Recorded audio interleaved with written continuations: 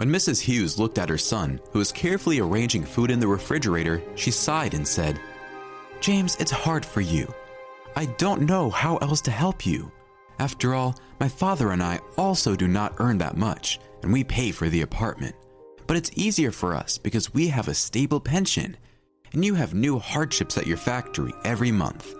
I thought that maybe we should sell a plot with a garden." James sat down on a chair, took his mother's hand and said, "No, don't do it.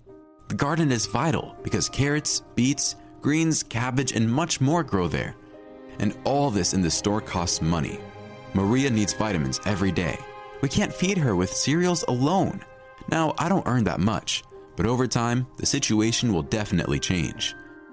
Mrs. Hughes ran her hand through his hair and said sadly in her heart, "You look like your father.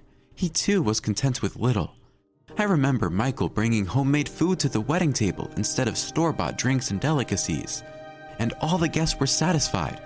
Therefore, you are right when you say we need to protect what we have." Mrs. Hughes' son worked as an ordinary locksmith in a factory. At the time, he didn't receive a higher education, but James didn't regret it because he did his job perfectly, and his superiors appreciated him. He had the opportunity to study later, but he had a family. Then his daughter Maria was born, and he no longer had time to study. Then his wife died under the wheels of a drunk driver. He was then sentenced to only 3 years. And now James is raising his daughters alone. He no longer thinks about studying because he doesn't have such an opportunity. Mrs. Hughes took some bills from her purse and handed them to her son. "Here's some money. I wanted to save money for my own dental treatment, but my son's problems are more important to me." Such conversations between James and his mother often happened because she periodically brought them food. Mrs. Hughes looked at her watch and began to get ready. "Okay, I'll go feed your father. He will watch football today, and he asked me to bake ruddy pies. By the way, he asked if you have a desire to go fishing with him." James loved to fish, but this time he refused. "I promised Maria I would take her to the circus. I'm uncomfortable when other parents can afford it, and your son has to make excuses for his daughter so as not to look like a laughingstock. Mom, this Saturday I will organize a nice walk for Maria." The daughter was happy when her father took her to the circus. She had a lot of fun. Maria watched circus performances with other guys. James was sincerely glad that he organized a good weekend for his daughter. He bought cotton candy and they went home together. The beginning of March was approaching, and in some places, it was impossible to pass without rubber boots. This circumstance didn't interfere with James at all, but hard times came for his daughter. He needed to buy a second shoes, but a couple of days ago, James made another payment for the mortgage, which was issued during his wife's lifetime and paid for utilities. He only had money left to eat. When James called his mother, he heard the bad news. "Son, I would love to help you, but your father is seriously ill. Doctors prescribed him expensive medicines, and I don't know how we will solve this problem." On the same day, he and his daughter visited their parents. Despite his illness and pain, Michael sat on a chair and sat his granddaughter on his knees. "Maria, I haven't seen you for a long time. You have become quite mature and beautiful, like your mother." Maria replied, "Thank you, grandfather. Tell me how you feel." Michael wiped the sweat from his forehead and laughingly replied, "I pretend to be sick, and all the doctors say that I'm sick, but I think they're all lies. I wanted to visit you yesterday, but your grandmother won't let me. She told me to get better." It's clear that James' father was joking, but the symptoms of the disease betrayed him, and soon Michael took the pills. He became short of breath and his face turned red. Mrs. Hughes gave him medicine and then took her granddaughter into the kitchen. James was alone with his father. "My son, I know you are in trouble. I'm ashamed that I can't help you. I have a small stash. My mother doesn't know about her. Bring me my favorite book." James complied with his father's request, and a minute later, gave his father a collection of poems by the famous classic. "There's very little here, but maybe you have enough." James counted out the bills and said, "There is a shop in town that sells good shoes. I'll try to go there. Maybe I'll get lucky. I won't say anything to my daughter yet. I know her size, and I will surprise her." But James clearly understood that his father gave him the money that he could spend on his treatments. But Michael concluded that his granddaughter needed them more. James decided to go to that store for the weekend. In the meantime, His daughter went to school without a second pair of shoes. The teachers went to meet her hallway and didn't scold her, knowing that her father tries very hard so that their family doesn't need anything. But soon, a new math teacher came. The new female teacher began to show her anger to the students from the first days, and if one of them didn't learn their homework well, she gave them bad grades without any regrets.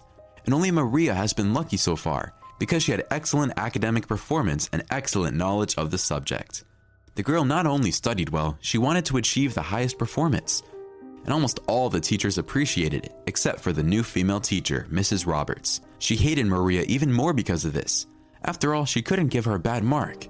Every day she called her to the blackboard, but each time she received exhaustive answers to the material being passed. The circumstance infuriated the teacher, and she urgently needed a reason for nitpicking. Such an occasion was quickly found when Mrs. Roberts was on duty at the entrance to the school. The students came and changed the second pair of shoes, and Maria went through the turnstile, wiping her outdoor boots well. The teacher stopped her, looked into her eyes, and then took her hand and led her into the classroom. Maria couldn't imagine what would happen to her next. In class, when the bell rang, Mrs. Roberts took her to the blackboard and sarcastically said, "Just look at what she wears to school. All the children wear a second pair of shoes, and Maria ignores the established order. Maybe you have nothing to wear, so you tell us and we'll raise money for you, right guys?" The pupils started whispering back, and several pupils laughed like horses. Maria began to cry and began to escape from the tenacious hands of the teacher. "Leave me alone, I just forgot my shoes at home." The female teacher, with undisguised anger and a sense of victory, allowed her to sit at her desk. Maria spent the whole lesson looking at the textbook and a notebook through a veil of wet eyes. A boy sitting next to her tugged at her sleeve and handed her a candy to cheer her up. Maria had never felt such shame in front of the whole class, and the female teacher joyfully rejoiced. She couldn't give her a bad mark, but she humiliated the girl in another way. Maria came home gloomier than a cloud, but her father was still at work, and this was reassuring her. In the evening, when he came home, the daughter could hardly hide her depressed state. James intuitively felt that trouble had happened. "Daughter, you have been worrying about something all evening. Did something happen to you? Didn't you learn your lesson, or did you get a bad mark?" Maria ran to her room with tears in her eyes. James realized that he had started the wrong way, waited a couple of minutes, and knocked on the door. The daughter reluctantly allowed him to enter. "Maria, forgive me. I had a hard day, and therefore I said the wrong thing. How did your classes go? What's new with you?" The girl wiped away her tears and said, "Today, they shamed me in front of everyone and almost called me a beggar because I don't have a second pair of shoes." James was surprised. "How could they afford it? And who humiliated you? Were the kids from class involved here?" Maria nodded, but then added, "Not exactly. Our new math teacher laughed at me. She wants to give me a bad mark for my mistakes. But she didn't succeed. I always answered with excellence, so she drew attention to my shoes. She said we couldn't afford to buy another pair of shoes, and she offered to raise money in front of the whole class." Maria began to cry again, but James hugged her and began to calm her down. "Daughter, don't worry. Tomorrow, tell this teacher that I will meet her and she will learn what poverty is." The daughter pulled herself together and had a hearty dinner with her father. While she was doing her homework, James wrote down something in his notebook. Who could have guessed how this meeting with Mrs. Roberts would turn out? In the morning, he took his daughter to school, and he called to work and took the day off. He went to the same shoe store with the great desire to intercede for Maria and reason with the female teacher. He was lucky as he found the right size of shoes, and he bought them. It was almost 11 o'clock on the clock, and Maria came to school and immediately caught the eye of the math teacher. "Again, you didn't find money? The poor girl is completely impoverished."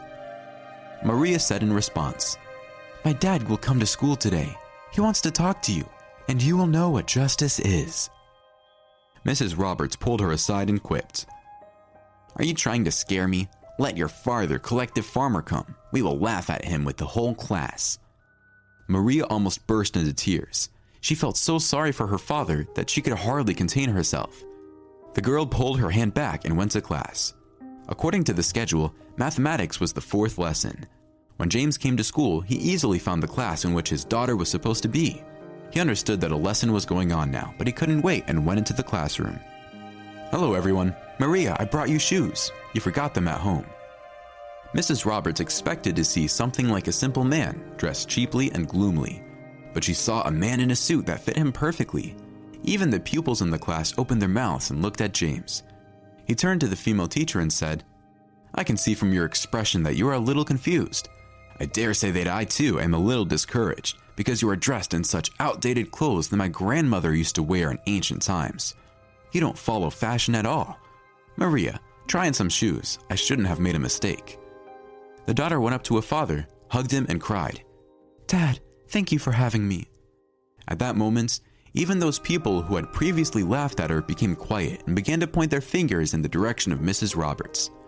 The female teacher was still in a state of prostration, but when she came to herself, she screamed loudly, "Get out of the classroom! Stop teaching me fashion!" The noise was heard by the female director of the school, who was just passing by the classroom. When she opened the door, she almost ran into James. "What are you doing here?" After a pause, Maria's father replied, "I brought my daughter a second pair of shoes, which she forgot at home. I really don't like that she was almost called a beggar because of this." The female director turned to the guys and asked, "Confess, who said that?" The whole class pointed to the teacher.